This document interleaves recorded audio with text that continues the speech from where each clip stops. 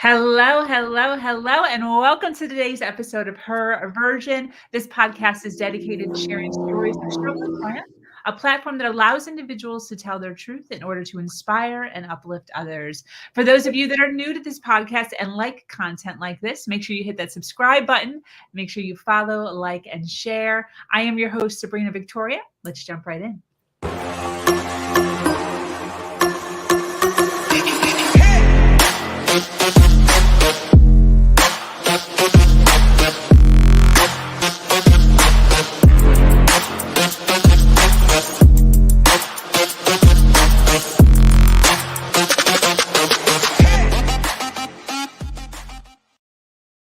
Hello, and thank you for joining us today for this episode of Her Version. The Her Version platform is built on storytelling and the understanding that many times our greatest learning experiences come from listening to other people's stories.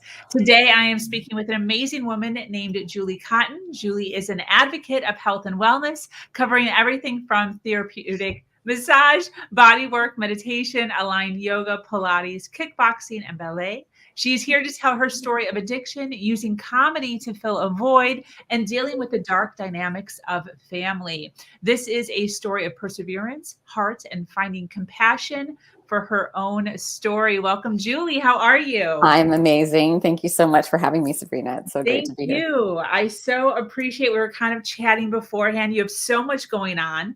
So I appreciate you coming on and taking some time out of your day to share your journey and your story. Absolutely. And I remember our first conversation was so amazing. So I'm so excited to actually have you here and chit chat with you.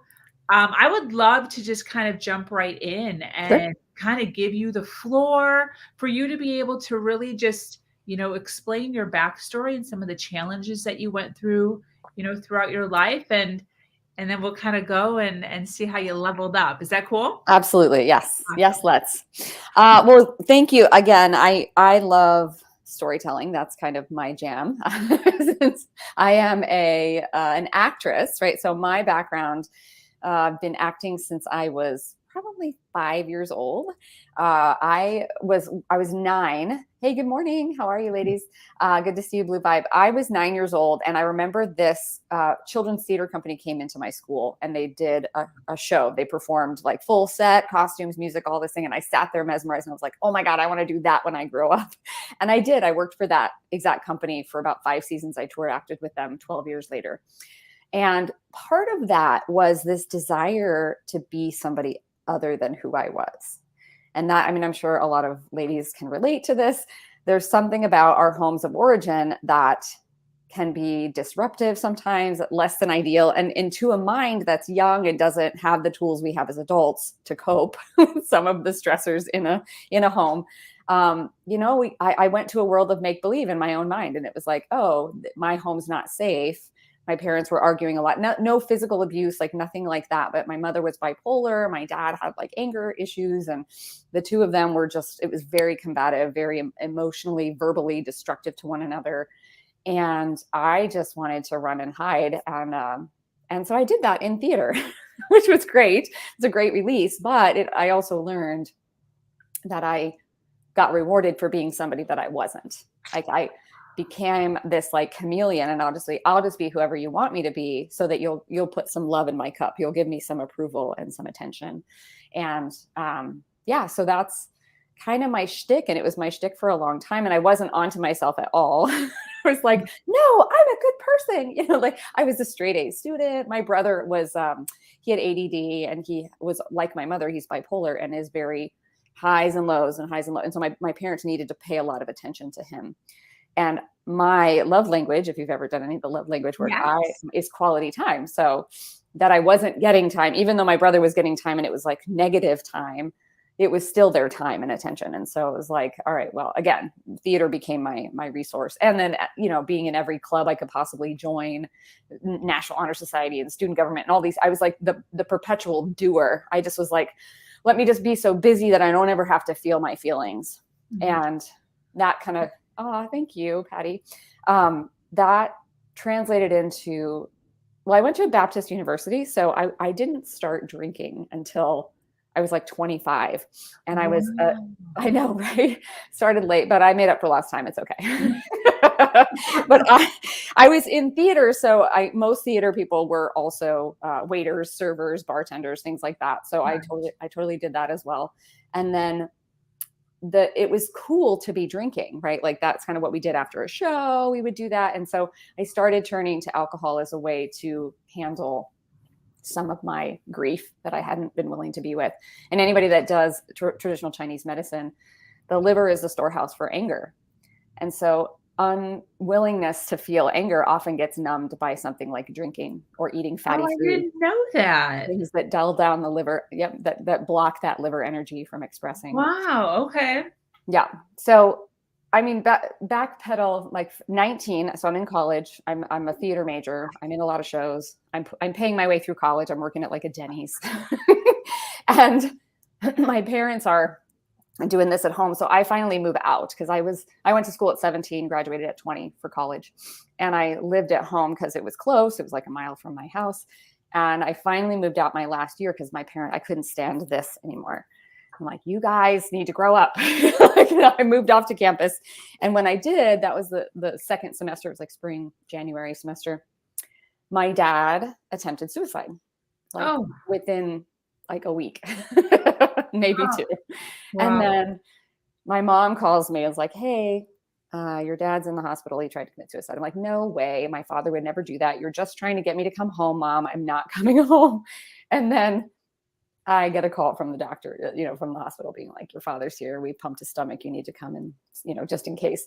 So I was like, oh my God. So I'm there, and he ended up being fine. And then that began my parents' divorce. And then my mom saw how much attention I was giving to my dad because he attempted suicide.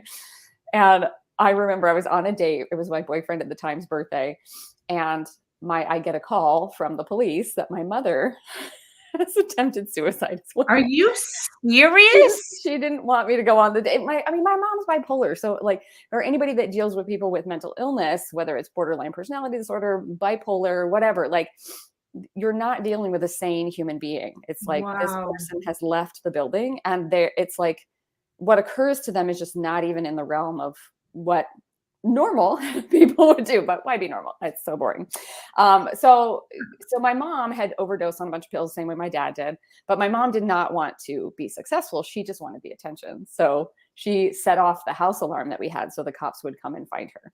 Anyway, I was so angry. So I have a lot of things to be angry about.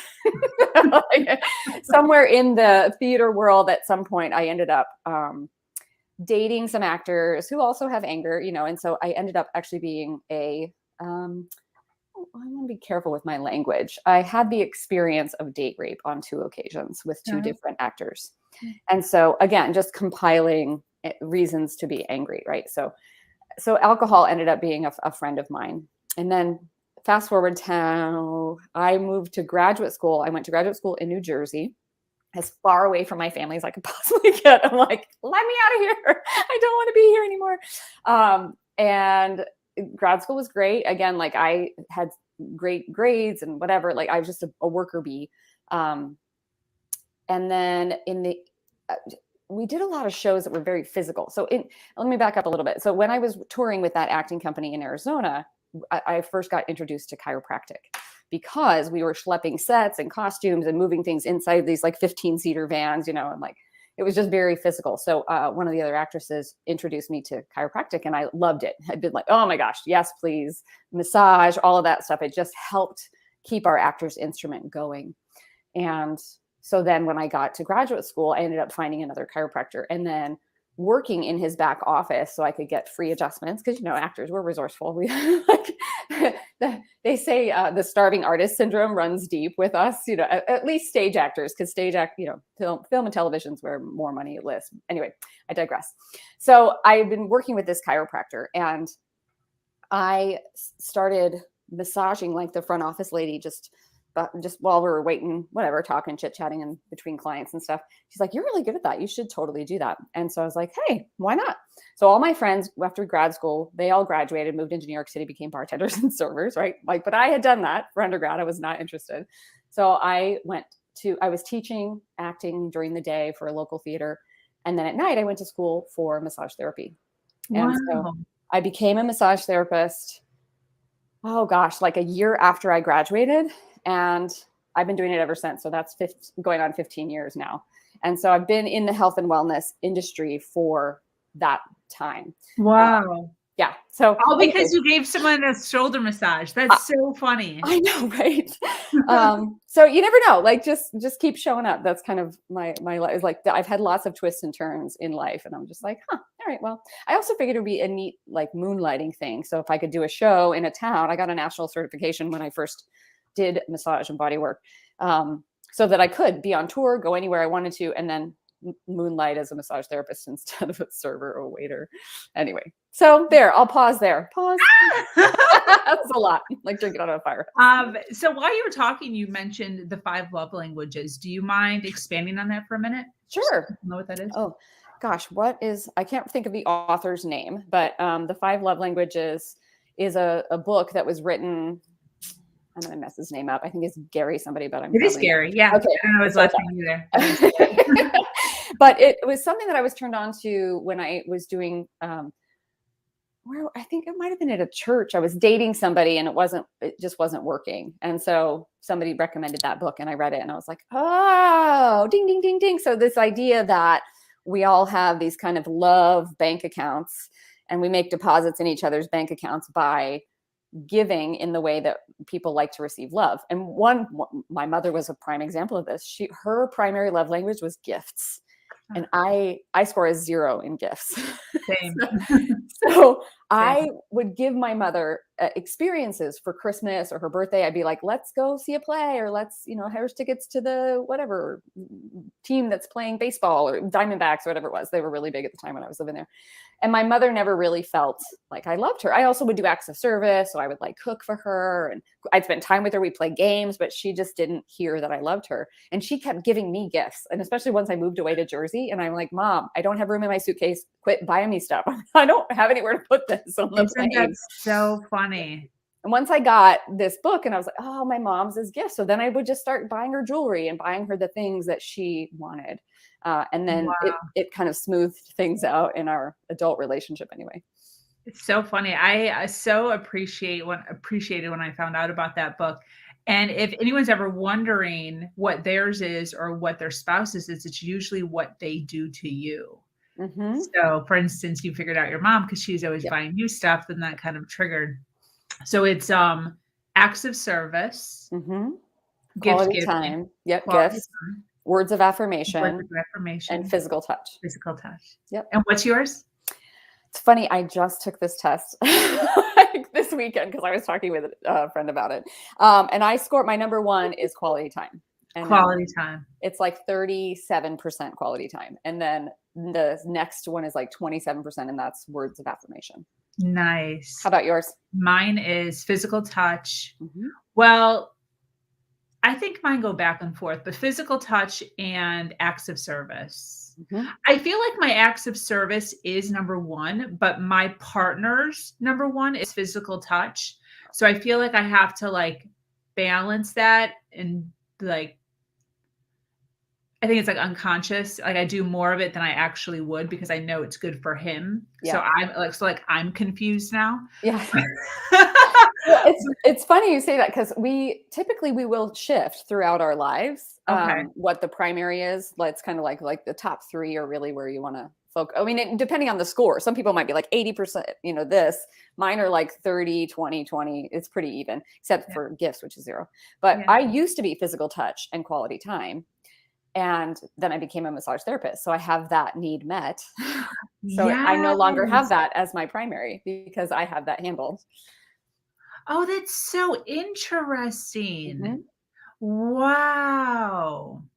Yeah. My spouse's is my fiance's is physical touch and quality time. So we butt heads a lot because mine is acts of service. So in my head, I'm like, okay, let's clean the house together. Quality time. Yes. He doesn't view it like that. His quality time is let's cuddle up and watch a movie and like touch. And that to me is dumb. Which I'm sure goes over great. So one of the principles of improv, which I teach and perform improv comedy now, is how do I make my scene partner look amazing? Or I got your back, right? Is another way of saying that. Okay. As we step out onto stage, oh, I'm hearing a reverb. Hang on. Oh, let me put my headphones in.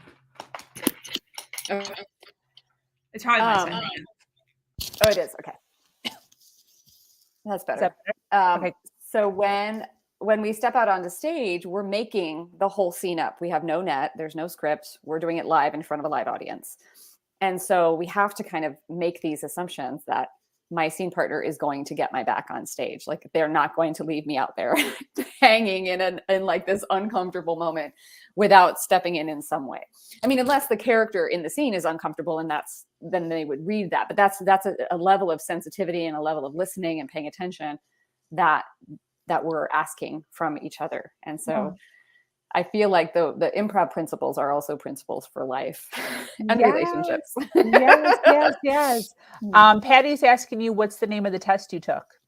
Oh, you can go to the 5 Love Languages website, and they have a virtual test that you can take. 100%. You can, and then you can tell them whether you're curious, like in romantic relationship, or if it's like you and your kid, or a work thing, because you can apply it across.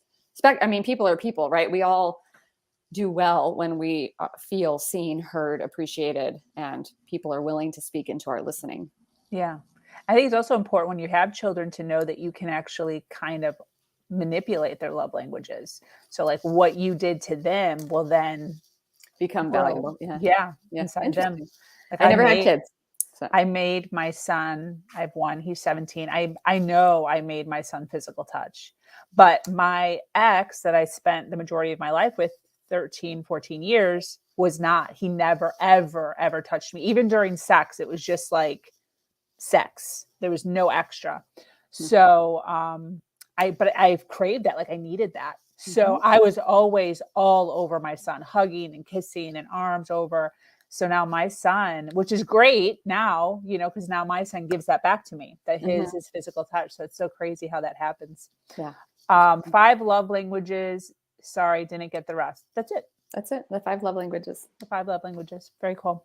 I want to touch on something, and if you don't feel comfortable, we don't have to, but it comes up a lot in my podcast, and I like to give light to it because I think it's not talked about enough. But you kind of alluded to date rape. And you kind of danced around it as if like you're not sure or you don't want to. What did you mean by that? Just to kind of, Yep, sure. Give a little more light. So for me, this is my own personal like preference on how I choose to see the world. I like to take 100% responsibility for anything that happens in my experience. Oh, okay. So to call it date rape is a form of judging the situation as something that was beyond, that I'm a victim to, right? So in no set terms am I declaring in any way that I was a victim in those instances.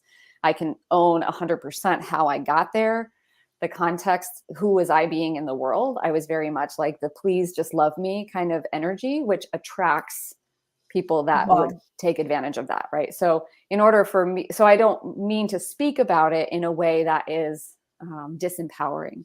It was something that unconsciously, I didn't consciously attract it, but I was very much like a yes girl. I wanted attention and love and approval so much that I was willing to do whatever it took to get that, including allow something like that to happen in my life. So got it. That totally makes sense. And I can so appreciate that. And I'm sure there's a lot of women that can totally relate to that.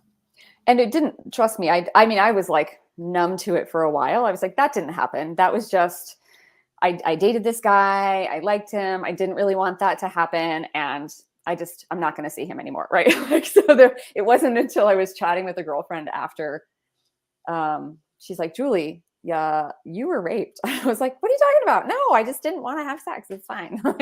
So it was interesting how like, I was also highly Christian, so for me, it was like, that's not okay.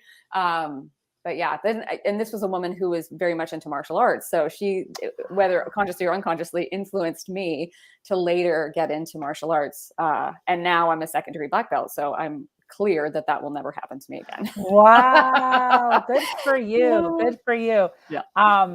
Since you're in the world of, or have been in the world of comedy, Amy Schumer has a tiny bit on that, maybe like a few sentences about, she like reaches out to the audience, or, you know, engages with the audience, and she asks or says, I think maybe it's a statement of like, pretty much every female, whether you want to admit it or not, has been raped. But like, we justify it somehow that it hasn't happened, but it's kind of like a low key thing that a lot of us have dealt with, but exactly how you saw it. It's just kind of like, you're not aware of what exactly it is. Right. And a lot of times this is why, we end up in these crappy situations, and where our self-esteem is, and accepting it, because we don't know. We just think like, oh, that was kind of a shitty situation, without realizing it was like definitively not okay. Yes. Yep. Not okay. And the challenge, so in improv, the primary principle of improv is to say yes and, right? Yes and. So that happened. And this shows up in transformational leadership as well. I've done some. So I love this, and I use this. Can you explain? Because this is brilliant. Yes. Yes and. Okay. Yes.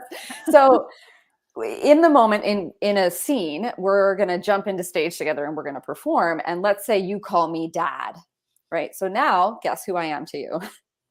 Dad. I'm dad, right? So I'm not going to say, Sabrina, I'm not your dad, right? Like that would put a big stop on your creative expression, right? I'm going to yes that and be your dad and be like, well, sweetheart, you are not going to borrow the keys to the car tonight.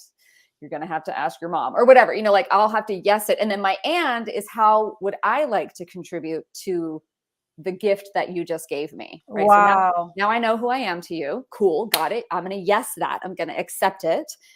And here's some fun, like dad stuff I've always wanted to give some stage time to. And then I jump into that. So yeah. I love that. And that's like you said, with coaching and stuff, that's in real life. So somebody says something that you don't necessarily appreciate, instead of going right in and saying no, you say yes. Yes. Yeah. And that's the same thing with something like a rape situation. Okay. Yes, that happened. Yes. And what will I do with that? Right. Beautiful. Like, so how do we yes and our lives too? We don't have to be a victim. And it doesn't mean that we don't feel the loss of that, or that we don't allow the anger, right? I was talking about anger earlier, the reasons why I drink, or all these things that I could be angry about, and what do we do with that is the opportunity. And we either hide it, like I did using alcohol for a long time. I was just like, hey, I'm not ready to face the volume of that right now. Right? Yeah. So my and was, we're just going to avoid that right now. But then also it turned into, and I'm going to learn kickboxing, and I'm going to find ways that I can positively contribute to people's lives. Like I can take this thing that was seemingly, a mess, like that they said, turn your mess into your message, right? Like, so there's this awful thing according to the world's judgments that has happened to me, and it happened. So what now? What? It's like that happened. And exactly. Yes, and someone we love dies. Yes, that happened. And, like, what are we going to do about it? Now what? So living into the now what is how would you like your life to be? That's where you can literally let your imagination go. Absolutely. Absolutely. I'd like to talk about failure for a second. What do you consider to be your biggest failure? And then how did you deal with it? Well, you're going to hear it here first, because I've shared this story with friends, close friends, but never in a very public platform like this. So you guys are going to hear it here first. So going down the alcohol train, right? Like I was dating a boy that I really wanted and to like me. And I moved into the town that he lived in so that I could see him. Well, I have this habit of doing karaoke after my kickboxing class. So I did 2 hours of kickboxing training, and then I would go over to a local bar to the studio where I used to live. and I would do karaoke, and I would have a couple shots, and I would eat food, and then I would drive home. Well, normally home was right back across the bridge, which was like 4 minutes. But I had moved towns to try to be near this boy. And so I had to drive 30 minutes on 3 highways. And I had not eaten prior to going to karaoke. I did a couple of shots first and then got food and then drove home. And alcohol makes me sleepy. So I fell asleep behind the wheel. And luckily I didn't hit anybody. Somebody called the cops behind me because I was like swerving as I fell asleep, and I got pulled over, walked the line, DUI, all of that stuff. Wow. And, yeah. So like I rode in the back of the cop car and my hands were in little handcuffs and my wrists are so tiny. I just slipped them out because I'm like, that's really uncomfortable. And then I put them back in before they brought me to the station. It was great. So at the time I'd already gotten into like energy healing. So I had this guy that was kind of like a father figure to me, and he was my call, right? Like, hey, can you come pick me? And like the walk of shame or whatever. But there was this zero judgment in this man. And so I'm convinced like his complete and unconditional love for me and acceptance of that happened. So what now what, right? And I had another really good friend that drove me to the impound or wherever my car was the next day. And it was Cinco de Mayo. I remember it was like a dozen years ago or so. And I had to have like the breathalyzer thing in my car and everything. I thought, gosh, okay, what a great opportunity to take a look at my abusive relationship with alcohol. And also like, I was like, well, if I was really an alcoholic though, this would be the perfect excuse. I can't drive anywhere. Like I would just lay home and like drink myself but that wasn't me. I was like this social fun, like I'm just going to drink to have fun, whatever. Like it was more out and about. So I gave up alcohol for a good while after that. And I hired a guy to drive my car for me because I was doing house calls, primarily house call massages. But I got so resourceful during that quote unquote failure, right? Like I was able to, I had friends that had resources that could help me pay for some of the things that I didn't have the resources for, but I made a whole bunch of lunches. I was riding my bike everywhere. Like it was one of the healthiest years of my life while that breathalyzer thing was in my car. I just gave my car to my driver because I'm like, I'm not going to use it. Like I'm only going to use it for work. So and it blessed him in his life so that he had a vehicle to get around for his kid and stuff. So it was just like this thing that could have been a failure, right? And in improv, we say there's no such thing as failure. There's only variations. Yes. And so that was one variation. That was a scene in Julie's life. Wasn't that fun? Whee! Oh, I love that. Yeah. No such thing as failure, only variations. Look at what improv has given you. That's awesome. Yep. Yeah. I've never heard that.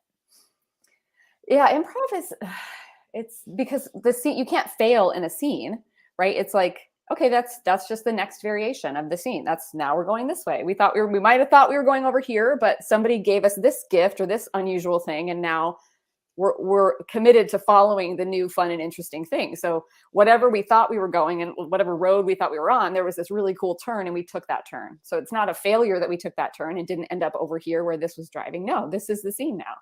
And that's what we're doing.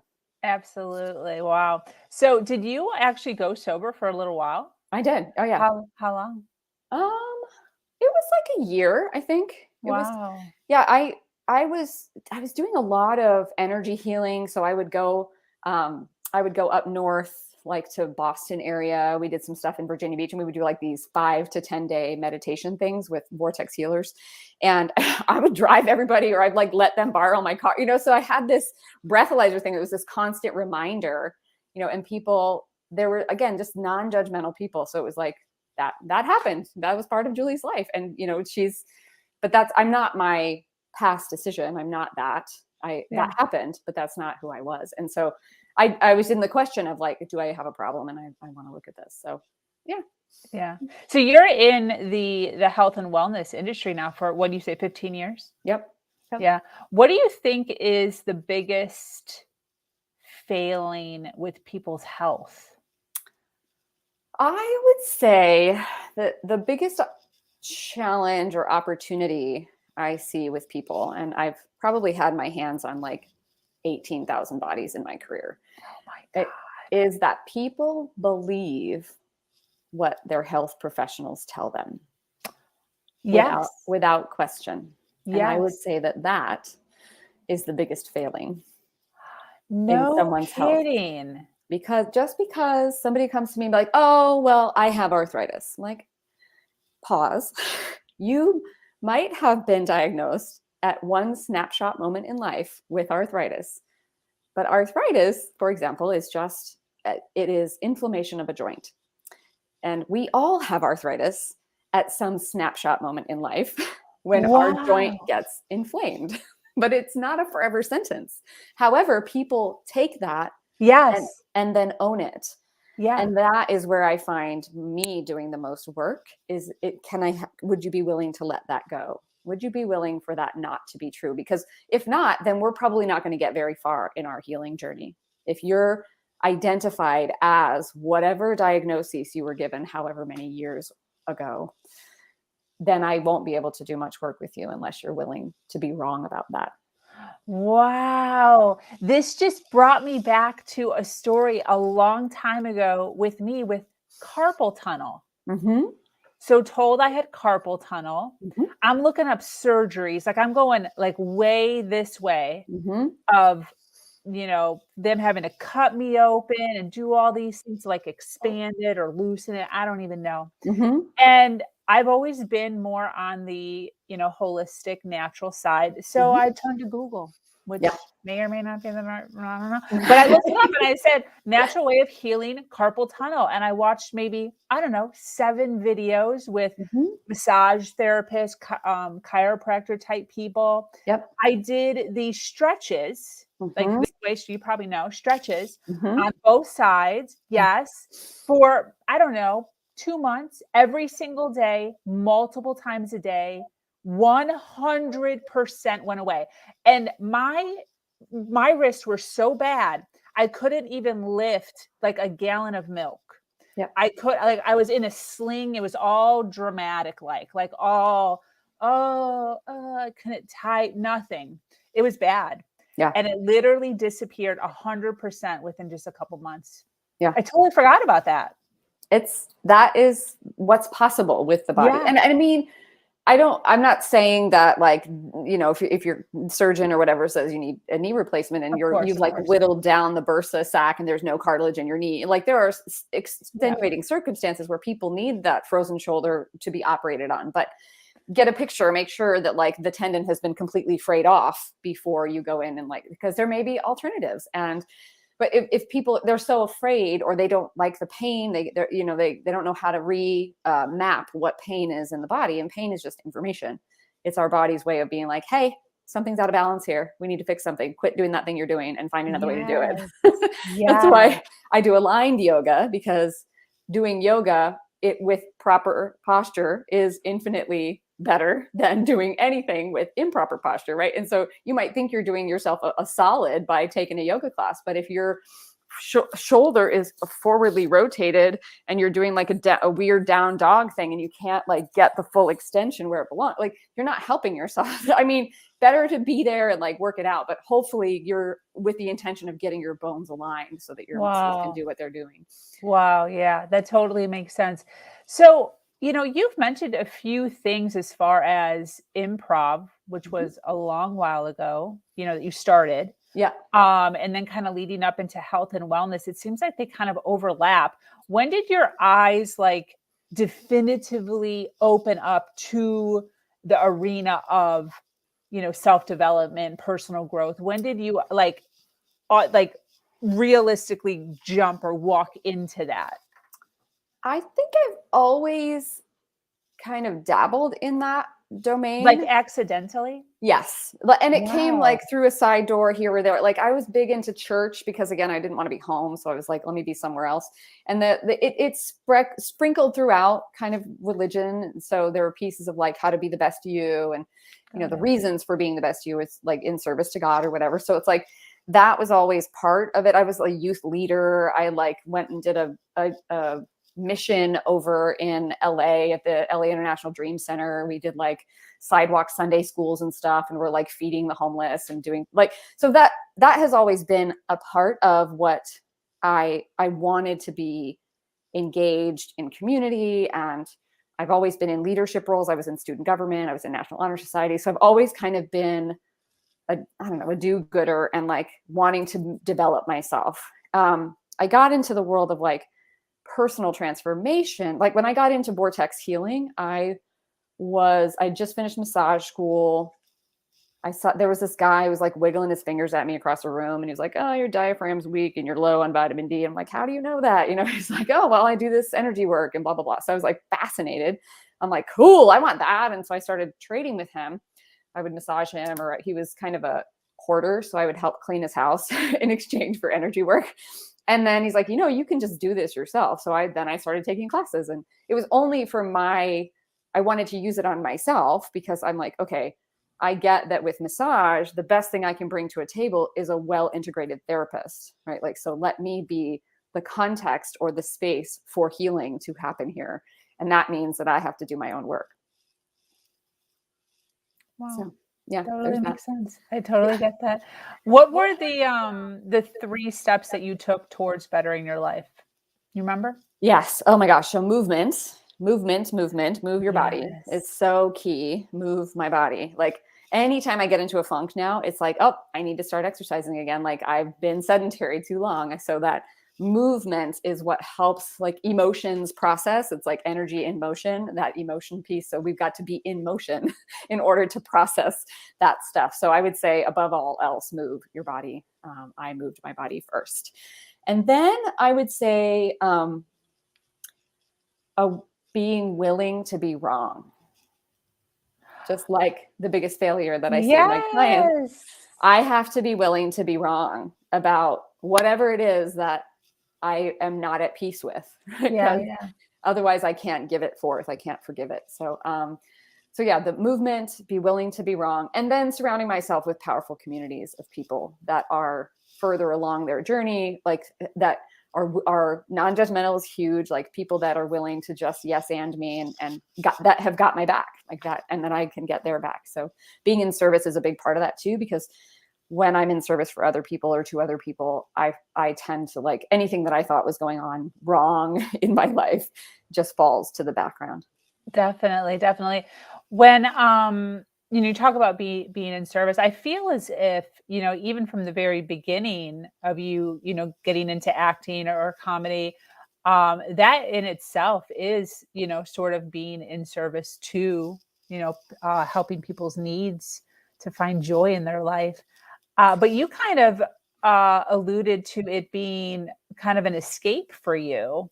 Oh, sure. And I want to ask, did you ever, or have you found something to kind of fill that void? Have you figured that out during your journey of personal growth? I mean, I'm always a work in process. and yes, I would say now for me, the emptier I can be, like there's no, the void to fill is filled with the void itself. Like, so the thing that I'm looking for is me. Like there's nothing missing. There's nothing to get. There's nothing very serious going on here. Like, so it's like, I'm not, it's almost like the Star Wars droid. These are not the droids you're looking for, right? Like what I was looking for doesn't exist. Wow. So yeah, so there's nothing to fill that void with because there is no void. Kind of like there is no spoon, right? Like, but yeah. So I still go about doing things, but where I'm doing them from has changed. Wow. Okay. It's like I can still do massages. I can still, and I actually get called now more to do corporate retreats or team building or things for improv. Then they're like, how did you get that lead or whatever? If you're in the business world, they're like, oh, where'd you get that lead from? I'm like, I don't know. It was just a friend or a relationship I've had for 10 years. And they thought of me because they want to do something fun. Like it's not something that I have to try to do anymore. Like it just, people, if they think of improv, they think of me, or if they need whatever, like, it's just, I don't know. So the need to look for people's approval is diminishing the more I go through life. The older I get, the less I care what people think. Who cares, really? Yeah. I mean, and of course I still care, like I love accolades. Words of affirmation is my second love language, so if people tell me that I'm funny or pretty or whatever, like, who doesn't love that stuff, but I don't I don't need to have it from someone else. I can look myself in the mirror and be like, hey, Julie, you're gorgeous, and that's enough. Yes, yes, yes. I'd like to hear your take on disempowering beliefs. What has been your, I guess, most disempowering belief? And then what do you believe now? I would say the one that always got me was that something in the realm of you're not enough, you're unworthy, you don't deserve love, something in that realm. They kind of dance around each other. They're basically the same core issue that is like, you don't deserve it, Julie, you're not lovable. And it's interesting because it's not that thought never comes in, it just doesn't take root anymore. So it's like, oh, that's interesting. Who's saying that? Like who just came in the room, right? Like if I imagine my mind is this empty stage and I'm going along my day and I'm choosing to live from joy and peace and abundance and extension of love. And then all of a sudden a thought like that comes onto the stage and I'd be like, oh, where did you come from? Who's speaking? Because it's not Julie. Yes. Because that thought no longer belongs to Julie, right? So, but it doesn't mean it doesn't come onto the stage of my mind.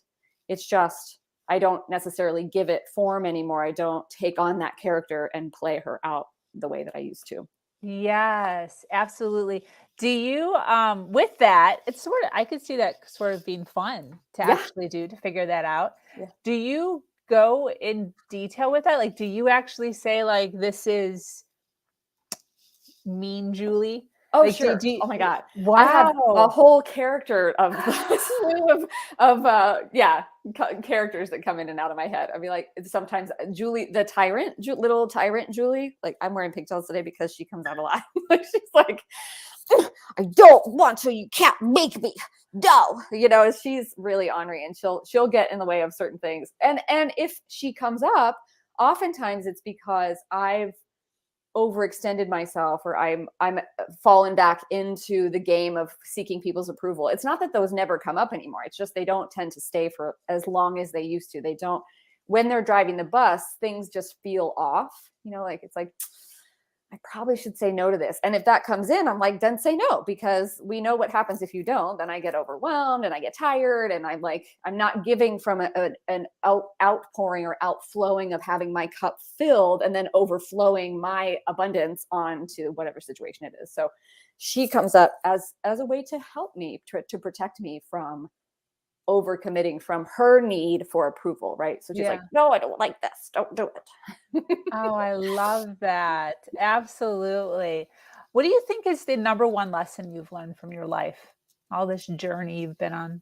Oh, that nothing very serious is going on here. Yes. Yes, oh yes. Gosh, but it feels so serious. It does. Feels so real. There's all these circumstances and people and feelings and pain and suffering. Oh my God, it's so great. Yes, yes, yes. It's so funny that you say that because I on Mondays, usually on Mondays, I read from my old journals from when I was like 12.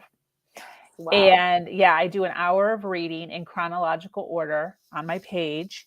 And it's so interesting how much I forgot and how distraught I was while writing.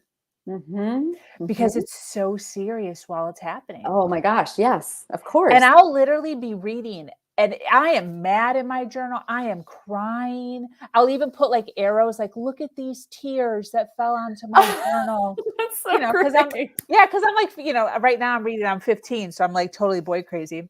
Yeah.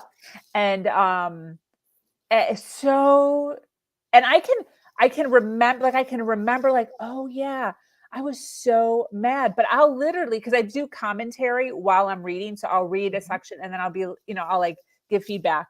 And there's times when I'll literally read and I'll be like, I have zero recollection of what the hell all of this is. Right. And so you're so right. Like we put, and that's not just because I was 15, 16, it doesn't matter.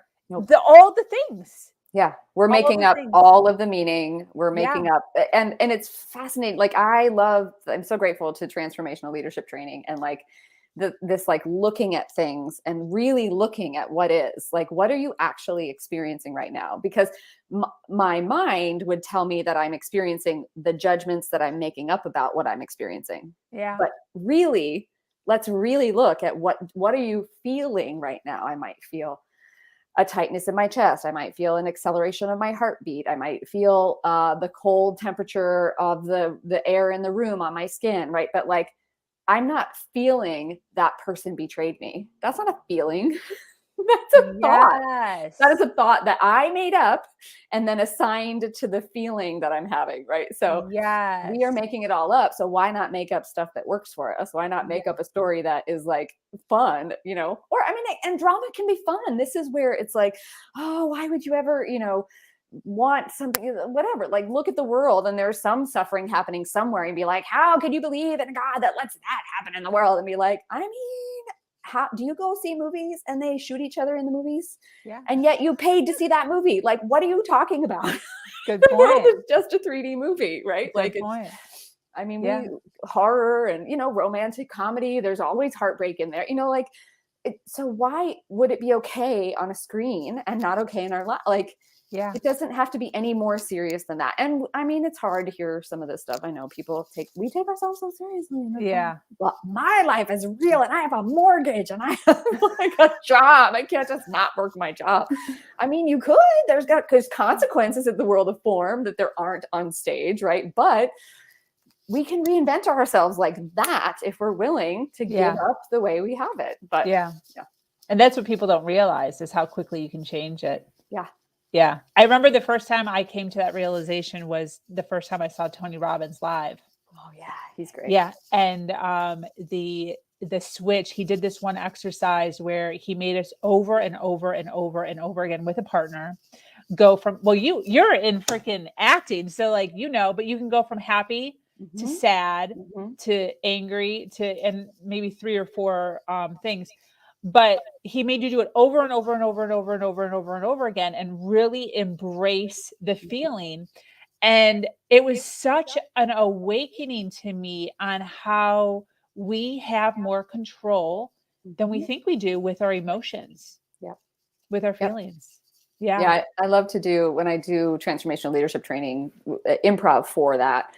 There's a game I use and I use it a lot anyway, even because anytime I'm teaching improv, I'm teaching transformational leadership. Yes. It's like, cause it's all just make believe.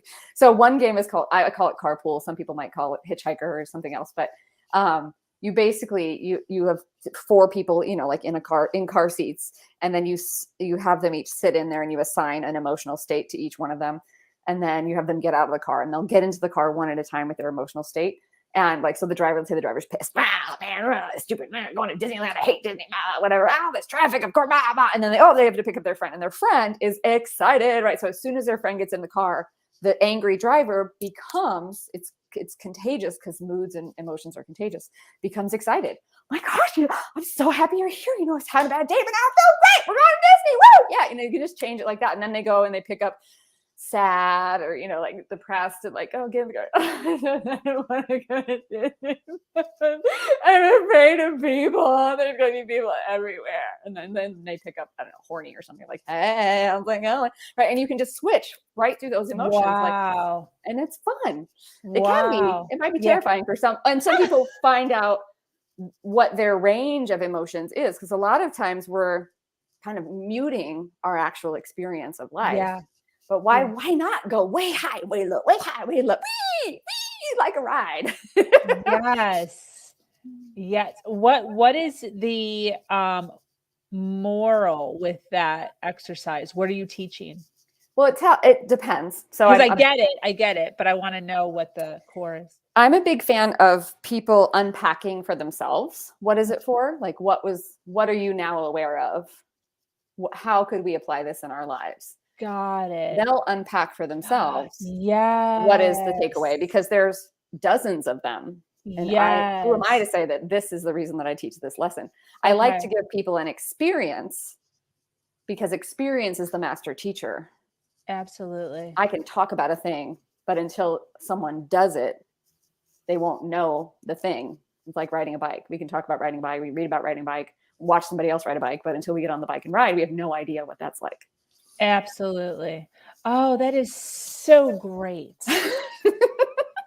That is so great. I'm glad I asked that question. I almost didn't because I get it, but I get it for me.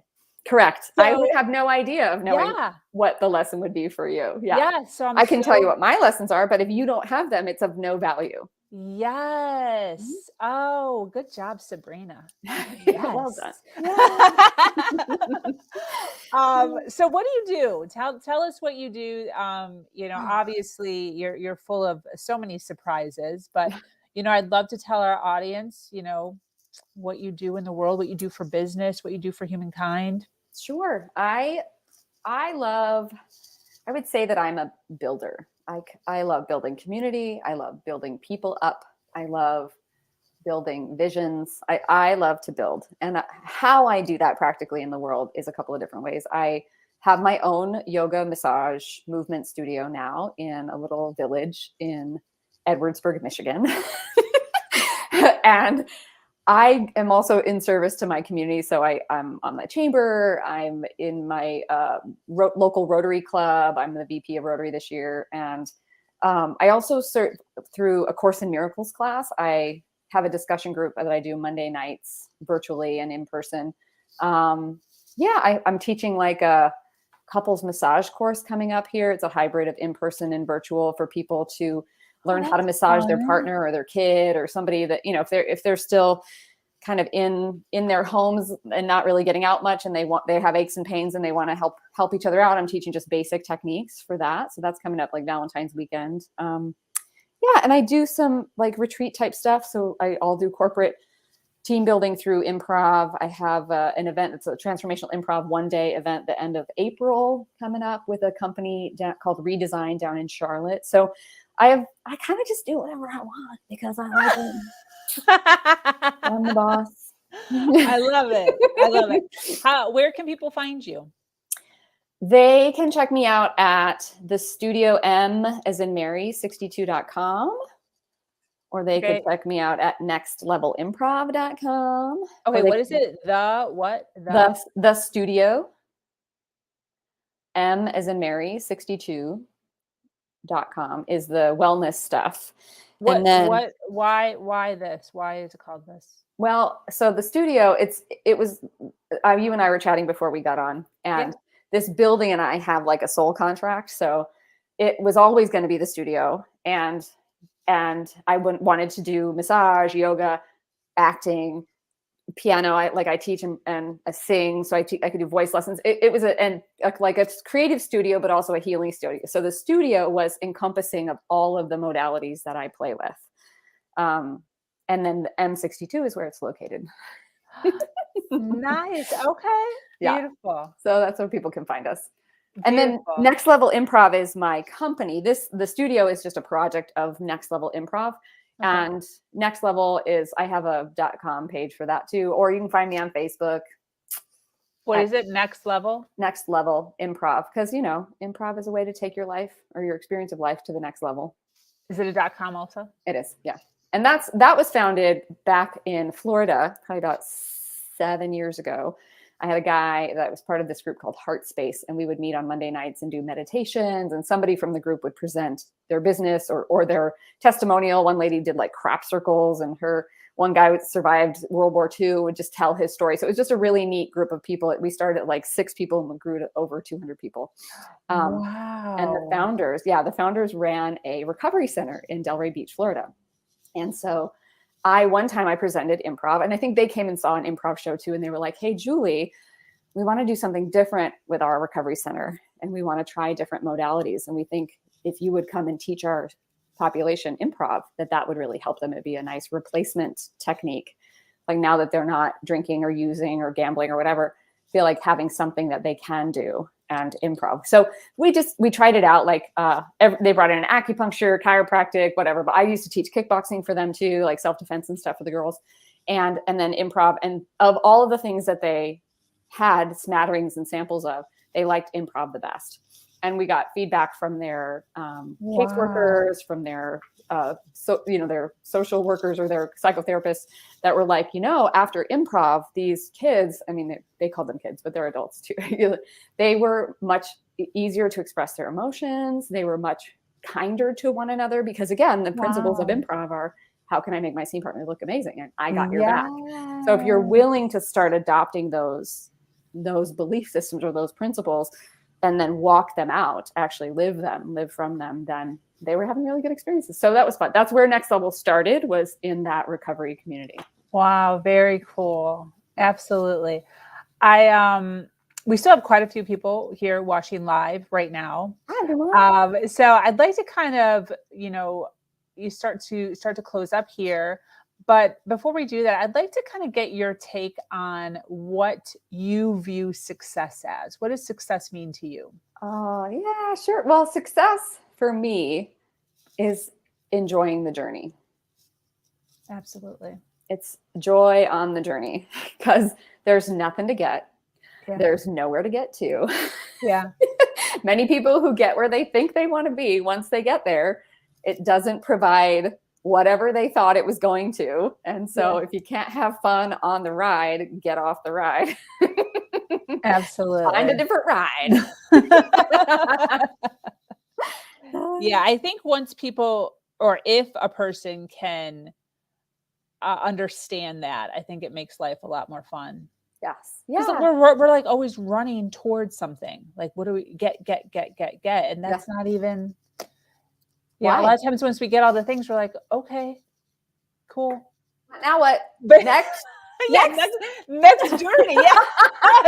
then we start again and we start at square one. We love the journey. Like we're all about, if humans are not in useful service or challenging themselves or working on themselves, we're either growing or we're dying, right? So it's like, if I'm not taking on something that I don't know how to do yet, then I'm like, what am I doing? I mean, I'm not that I can't just keep doing the things that I love to do, but I will forever be a student of life because there's so much to experience here in the great human amusement park that, like, why wouldn't you try another ride? Wee, that was fun. What's next?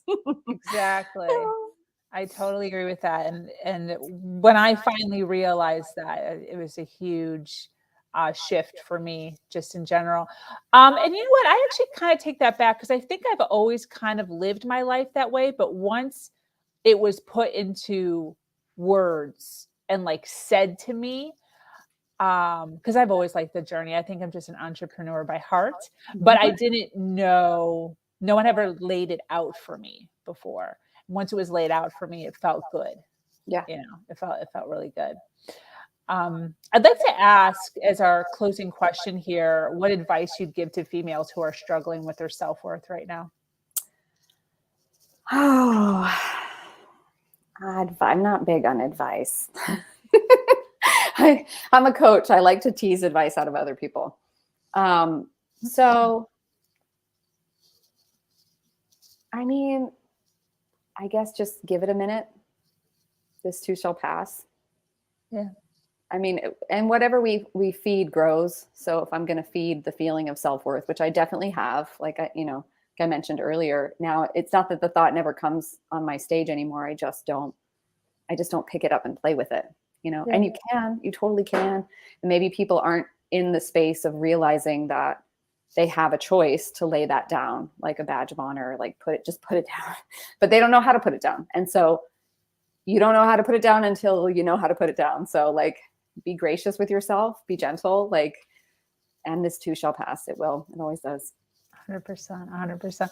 Well, listen, Julie, I so appreciate you taking some time out of your day. We still have people hanging out. Any closing thoughts? Anything you'd like to say to these wonderful people that are chilling with us for this last? Well, just maybe give yourself a challenge every day. Just give yourself a challenge of, can I be the reason that somebody smiles today? Absolutely. Can I be that light that lightens someone else's load or brightens the room? That's a great closing. Yeah. Yes. And it's morning time. So this is great. Yes. This is great. Well, listen, I so appreciate you, like I said, coming on here and taking some time out of your day. For those of you that are still watching live, we appreciate you supporting us and loving us and listening in. I hope you got some awesome nuggets out of that. I know I did. And for those of you watching on replay, if you've made it this long, thank you so much for hanging out with us. Make sure you hashtag replay so that we know that you were here and that you listened to us. Julie will be more than happy to respond and say hello to you guys. So thank you so much for joining us here on Her Version. This community is expanding every single day and is filled with females who are striving to do better than they did yesterday. For those of you that are new to this podcast and like content like this, make sure you subscribe. If you have an amazing story to share of struggle to triumph, be sure to reach out to me here at herversion.life. I am your host, Sabrina Victoria, and I'm so grateful to be here sharing a platform that allows people to share their truth and inspire others. Do something awesome